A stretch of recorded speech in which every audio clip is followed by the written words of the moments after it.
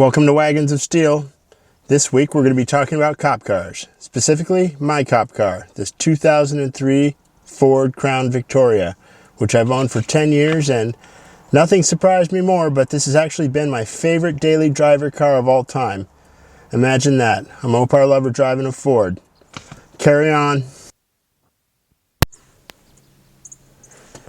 Ford started making the Crown Vic in the mid-50s. 1955 and 56 were the first car to be named Crown Victoria, and it was one of their fanciest cars. It was the two-door Fairlane, and they even made they made the Skyliner, which you may have seen before. It's a beautiful, it's got a greenhouse, the whole top front over the driver, and the front seat passenger is made out of glass. It's a neat looking car.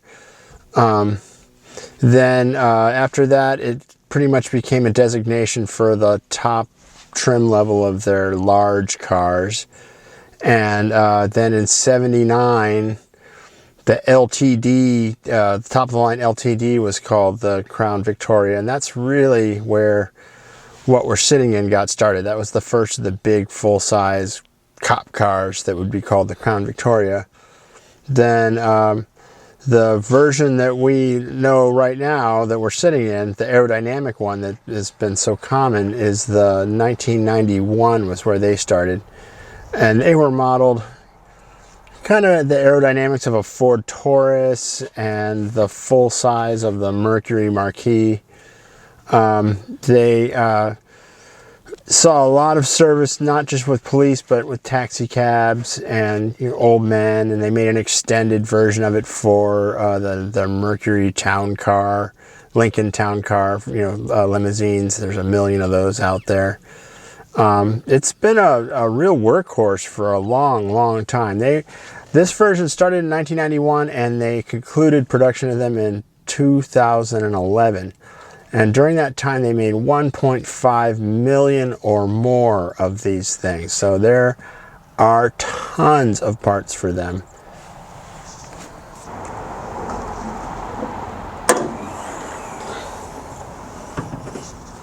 Under the hood, you can see it's definitely a daily driver. No show queen here.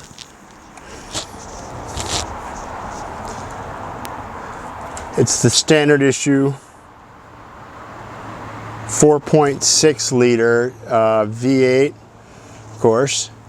It's really dependable. It gets reasonable gas mileage for a V8. Driving around just to stop and go daily traffic, it gets almost 20.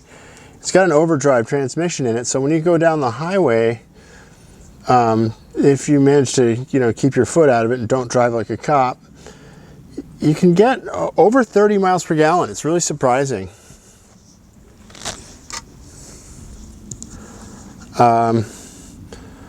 What else to say under the hood? There's really not too much about this engine that's really special. If you want a special 4.6, you pretty much have to go with a Mustang, or for a limited period of time, they made something called the Mercury Marauder, which you may have seen as a blacked out hot rod version of this. This one's got 2 valves per cylinder. They made a 4 valve per cylinder, and they made a 3 valve per cylinder that went into Mustangs. It's got a strong, super powerful alternator there. It's got, this being a cop car, I've got this little area here. It's full of all kinds of weird cop electronic stuff that's all been disabled when I got the car. You can see it's got the warning on there. It says, basically, don't turn the siren on when you're under the hood. Everyone's played that joke where somebody's working under the hood and you tap the horn and they bump their head on the hood. Well, that joke would be pretty extreme with this car. You'd probably make them deaf. I don't think there's anything else really special under the hood of this car that makes it a police car. It came with a really good battery, which of course is long gone now. There's this was an undercover car, so I've replaced the headlights, obviously, but originally drilled into the bottom were blue and red lights on light bulbs poking up on either side, so they would flash when you were turned on the cop lights. This one has the searchlight on one side. It doesn't work. I need to fix it, but I never get around to it. All I needed is to be a searchlight so it looks like a cop. This one originally had the push bars on it. You can see that's where they fit in. But somebody removed those, and someday if somebody sent me a set of those, or if I found a set on a dead cop car and it was convenient, I would like to have some of those because it'd be really nice for pushing cars around in the yard.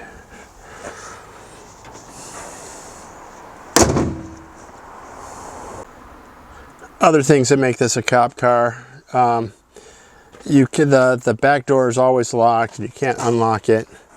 The windows don't work. You can only do those from up front. And you know, I should fix that. I bet if I pulled the trim off, I could put another lock in there and make the windows work. But you know, I don't ride in the back seat of this or any cop car. Huh. Cop cars all come with these cool steel wheels. And those neat little hubcaps.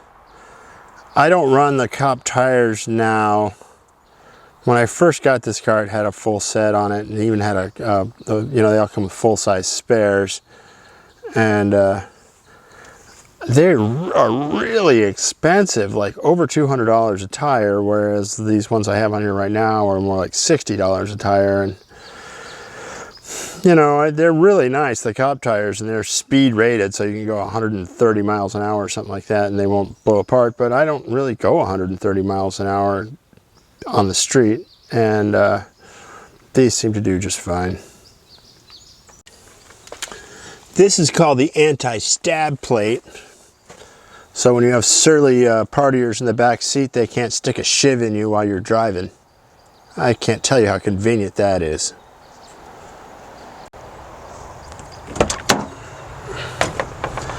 I have been told that these doors are bulletproof, so if you're ever in a gunfight, you know, you can open the door and shoot out the window and duck for cover behind the door. I haven't had an opportunity to test that. Maybe sometime. 140 miles an hour is pretty optimistic for this car, but you can see it's got certified calibration, so when you're tailing someone, you know how fast they are going, and that's a fact. Gauges are pretty straightforward. There's it's got idiot lights, but it pretty much tells you what's going on under the hood. It's such a simple car. It's just, there's nothing on it that is gonna require any kind of degree to fix. I mean, everything in it is it's just straightforward. It's like a Lego car. Needless to say, there isn't a single part on this thing that I've found yet that costs more than $200 unless you opt for those fancy cop tires. Rubber floor mat. If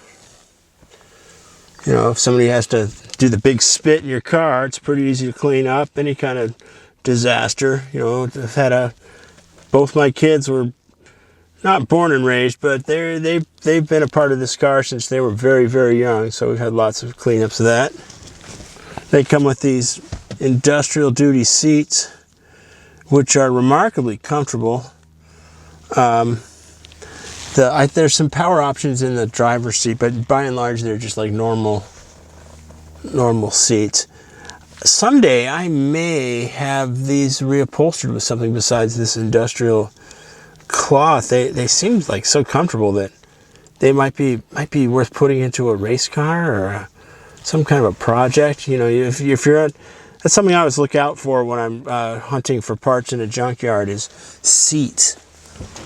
Even little Japanese cars, they're with cheesy seats, if they're in decent shape, it's not that hard to get them reupholstered, and they're really lightweight. Part of the police option was the blacked out grille. Not all of them have a blacked out grille, but I think the blacked out looks really good. No markings indicate it's a cop car on this one. They had well, you can see the trim ends right there, so you could theoretically put the police insignia here without having it be interfered with.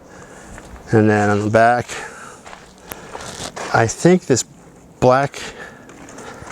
is cop car blacked out there, otherwise it's body color. And where these two holes are, before I got it, somebody took it off, but it says Police Intercepter, which is it's cool to have a car called an Interceptor.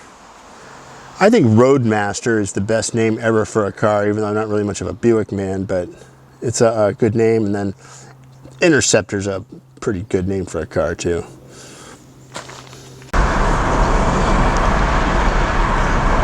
I first got this car in the winter of 2011,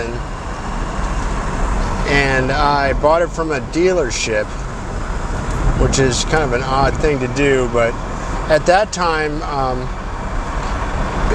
they were in high demand for taxi fleets. Since then, because of emission standards, you're not allowed to use a Crown Vic for a taxi cab anymore. So it's brought the price down, and it's made the availability easier. So if you want one for yourself, I would try Craigslist or Facebook or eBay.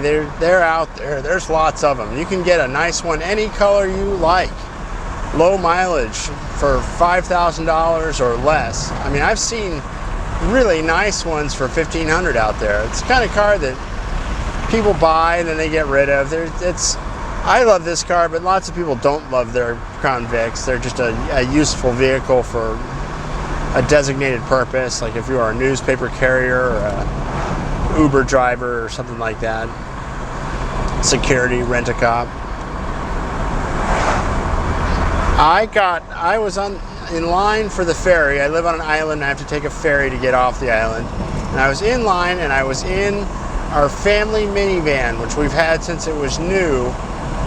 And I always hoped that I would be a minivan guy. I'd kind of been growing up around them, and you know, minivans are the new station wagon, you know. So I'm the station wagon guy. I was hoping I'd like my minivan, but I don't. It's uncomfortable. It literally hurts my back, and I need a chiropractor if I take a road trip in it. And it's big and heavy and underpowered. I just don't like it. So I'm sitting in line on the ferry, and a couple of cop cars buzz off the boat. They always get to leave first. And I thought, oh my gosh, that's the car for me. It's a Ford, so I could blow it up and walk away laughing. It was my logic, and they can't be that expensive. There's a ton of them out there. So that was when I started researching and looking for my own Crown Vic. When I went to the dealership, there were a bunch of them that were in Seattle police colors. I'm in the Seattle area. And, you know, I'm not like a woo-woo, scary monster kind of believe in ghosts kind of guy, but I do think that sometimes cars are haunted. And, there are definitely some haunted police cars. Like, bad things have happened to people in this car. You know, like you could see little scratches on the trunk area, and I thought, well, you know what that is? That's from somebody wearing a ring getting thrown into the back, against the back of a police car, and then whatever. This car seemed better. You know, my brother reminds me, you know, bad things happen undercover cars too, and this car is in, I can't remember the name, it's like frost green, some weird name for the green, you know, like the name car colors, but it's so dark it almost looks like black.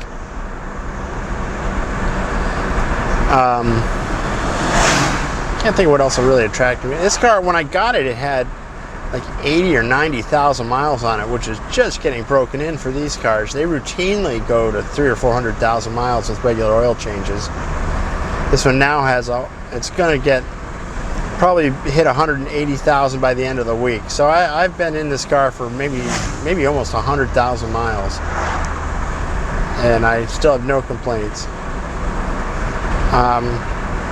Things I don't like about the car.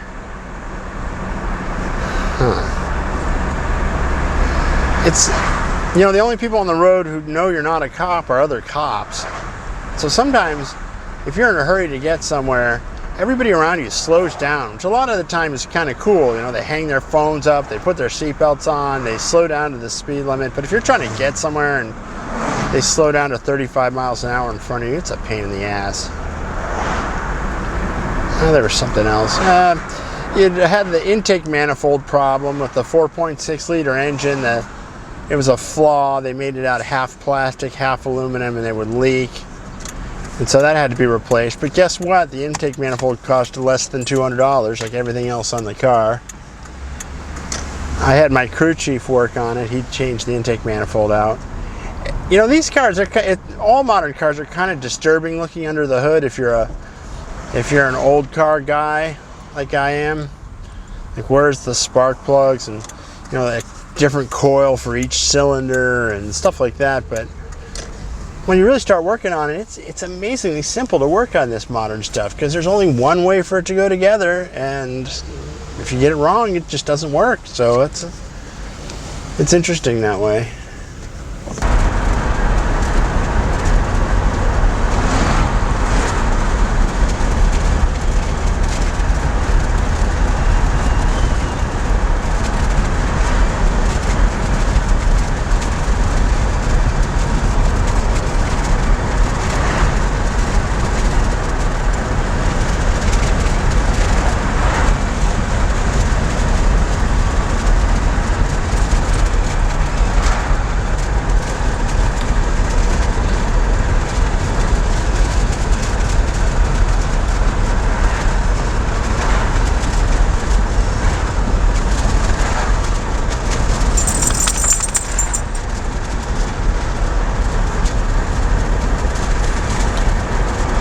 Well, modern cop cars have evolved.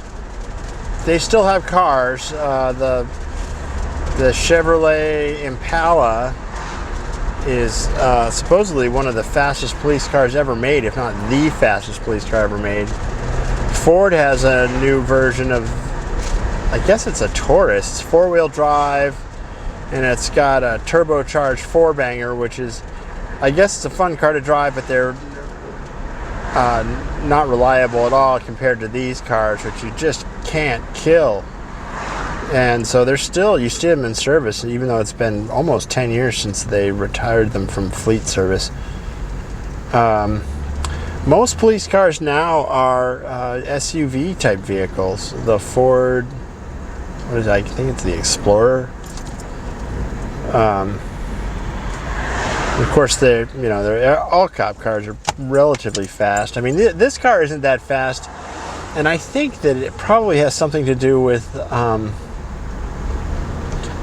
don't know, you police people out there, you can write in the comments below if you know exactly how this worked. But at some point, police departments walked back the idea of actually intercepting and pursuing people. You didn't need to have a super fast cop car. If somebody was going fast enough to outrun a cop car, you just let them go so that they don't hurt people, was the logic. And so something like this is perfectly adequate.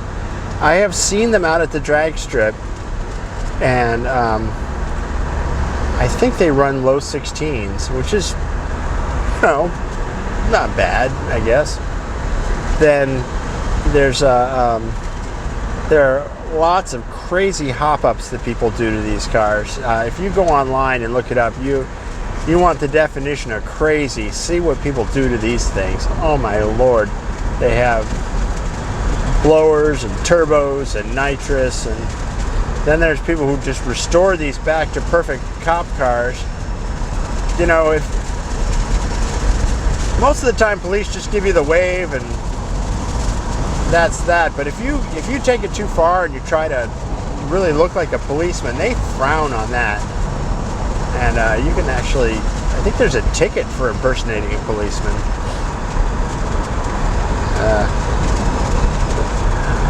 I don't know about that. My dog, he likes to impersonate a policeman.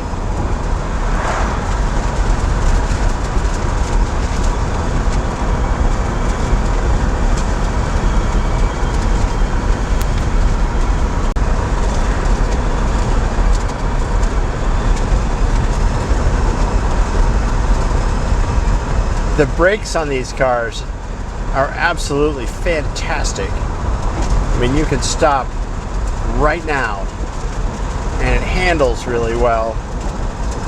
And I think that's probably why it uses up tires so fast. It weighs like over 2 tons. Last time I ran it across the scales, I think I was at 4,500 pounds, so 2¼ tons. And you handle like this and stop like this with 2¼ tons, boy, it tears the tires up. And when the tires are done, oh, it's time to get new ones. You will definitely, especially up here where it rains a lot and the roads are wet, they go from being the best thing on the road to all of a sudden just being frightening. Which is probably why I started buying $60 tires instead of $200 tires. Well, that's all for this week. Keep the rubber side down, and we'll be back with you next week.